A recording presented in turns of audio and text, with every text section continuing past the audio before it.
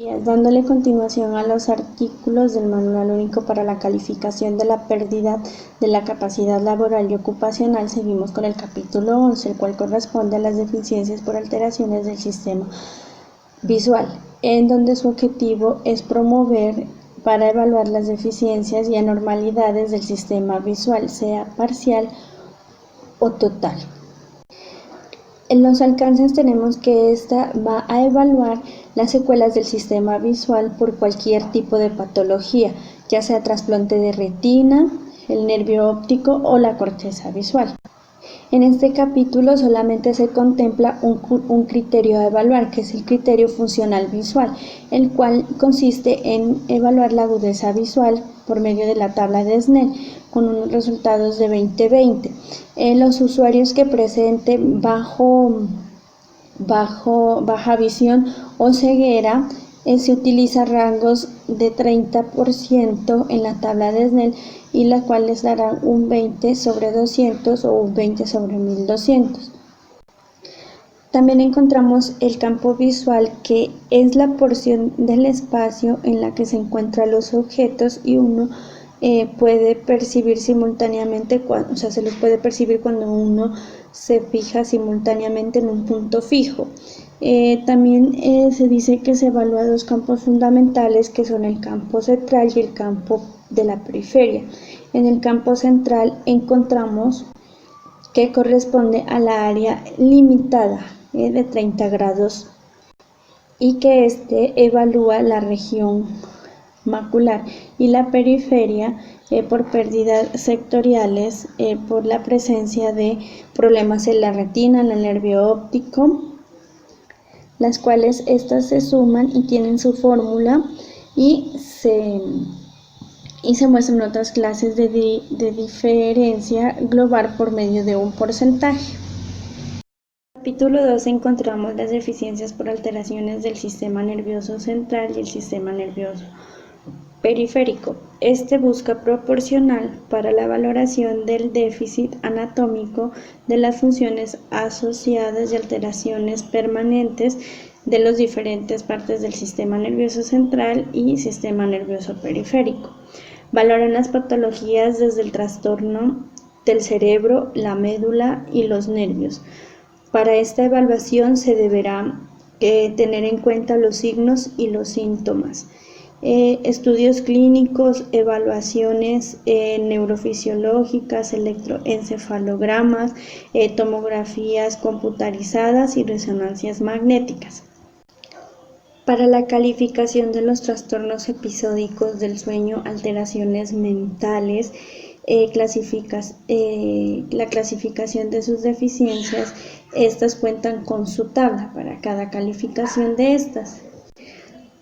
Cada una de estas se clasifica por su deficiencia. Encontramos el criterio de la deficiencia de la médula espinal y los trastornos del movimiento. También encontramos los criterios de la evaluación de la deficiencia de los miembros superiores y los miembros inferiores, los cuales afectan el sistema nervioso central, también la marcha, la postura y los movimientos. En los criterios de los nervios periféricos también encontramos la cabeza y el tronco. Nos dice que también hay un método para calificar las alteraciones de las deficiencias por alteraciones de los nervios. Dice que para esto hay una tabla de calificación, la cual contiene el porcentaje de longitud del dedo, la pérdida sensorial, la pérdida del nervio radial y la pérdida del nervio cubital, la cual nos dice si la pérdida es total o parcial. También contiene las alteraciones del nervio periférico y el plexo. La tabla corresponde al grado de la severidad o si es sensitivo o motor, y sus respuestas y las pruebas que se realizan a estas. También nos dice que los criterios por atrapamiento, estos no entran en esta tabla, ya que aquellos tienen su capítulo para ser calificados y evaluados. En las neuropatías por atrapamiento o por bloqueo encontramos que esta sí tiene su tabla y que esta se evalúa por el grado de severidad. el valor de las deficiencias y de los hallazgos físicos. Por último están las evaluaciones de las alteraciones del plexo lumbosacro y de los nervios periféricos y de extremidades inferiores. Estas se identifican por la clasificación y el grado de severidad sensorial y motor. Capítulo 13 encontramos las deficiencias por alteraciones de trastornos mentales y del comportamiento, en la cual cuantifica una deficiencia en el trastornos mentales y del comportamiento más significativa con el lenguaje del CIE-10 y busca cuantificar diferencias derivadas entre otros trastornos como el estrés, el somatofosis y asbesos de sustancias. Además, expone las calificaciones de los trastornos desde la niñez y la adolescencia, los cuales están dentro de las deficiencias del desarrollo psicológico y del retraso. Este capítulo excluye las alteraciones de la conciencia, del sueño, cognitivas y de las funciones integradoras. También la excluye las deficiencias por la cefalea.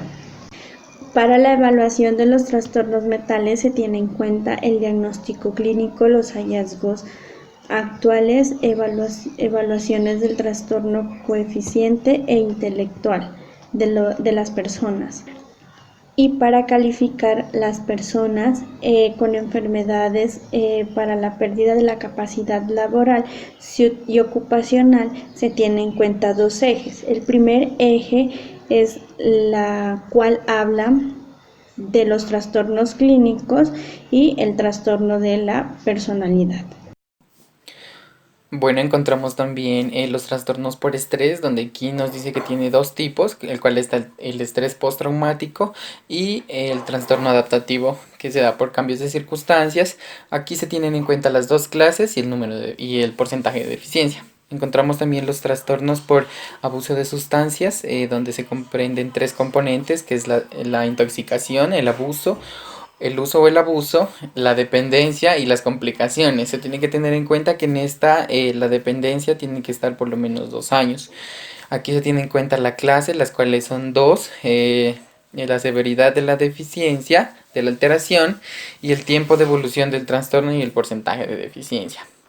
Para la discapacidad intelectual, aquí es donde hay un desarrollo incompleto en la organización de las capacidades que contribuyen a nivel global de la inteligencia. En ellos encontramos las funciones cognitivas, lenguajes, motoras, las sociales. Aquí se tienen en cuenta 5 clases, los criterios y el porcentaje de deficiencia. Para los trastornos generalizados del desarrollo, tenemos en cuenta que pues empiezan en la infancia y la niñez con retardo en el desarrollo. Entonces aquí vamos a tener la clase leve, moderado, grave, severo y, y los criterios y el porcentaje de deficiencia. Encontramos también los trastornos del aprendizaje, donde tiene una única clase.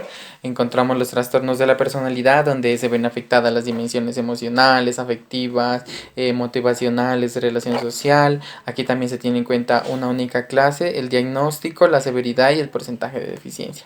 Para el capítulo 14 encontramos las deficiencias por alteración de las extremidades superiores e inferiores, donde aquí valoramos lo que es la deficiencia articular dejadas por las patologías que afectan las extremidades superiores e inferiores. Entonces encontramos deficiencias por pérdida de rangos de movimiento, el cual se va a medir con goniometría, las mediciones clínicas del movimiento, donde se va a hacer la parte del rango de movimiento pasivo y las evoluciones del movimiento. Aquí están pasivo y activo.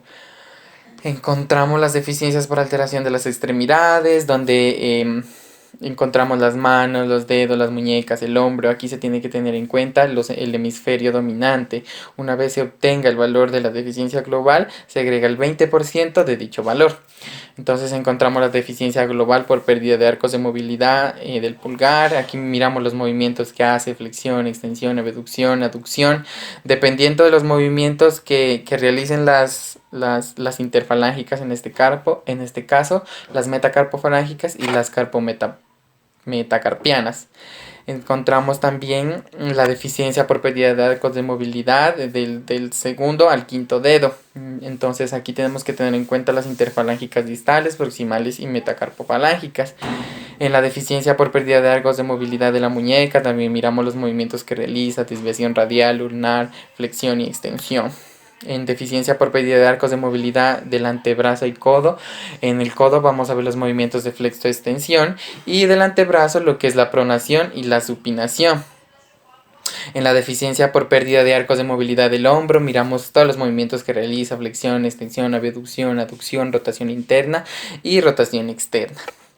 En cuanto a las amputaciones de estructuras o extremidades superiores, miramos la deficiencia por amputación, donde miramos la amputación del pulgar, los dedos, las manos, el antebrazo, el brazo y el hombro. Entonces encontramos la deficiencia por enfermedades del tejido conectivo, donde involucra el sistema osteomuscular. Encontramos, aquí se tiene que tener en cuenta lo que son la historia clínica y los estudios clínicos. Miramos también la evolución de la deficiencia por afecciones reumáticas, degenerativas de la columna vertebral. Aquí encontramos gota, condrocalcinosis, osteoporosis. Encontramos la evolución de la deficiencia por reumatismos extraarticulares, donde encontramos fibromialgia, artrosis de la cadera, rodilla y tobillos. Para el capítulo 5 vamos a encontrar las deficiencias por alteración de la columna vertebral y la pelvis, donde aquí encontramos factores a considerar para la evolución y la ponderación de la deficiencia derivada de las enfermedades de la columna vertebral y la pelvis. Entonces, algunos criterios que se tienen en cuenta aquí, primero son la deficiencia con base al diagnóstico como factor principal. Encontramos también la historia clínica funcional del paciente. Como tercero tenemos un examen físico, el cual se lo va a hacer a los usuarios, y estudios clínicos y resultados de pruebas objetivas, lo cual va a ser como el factor modulador en cierta parte.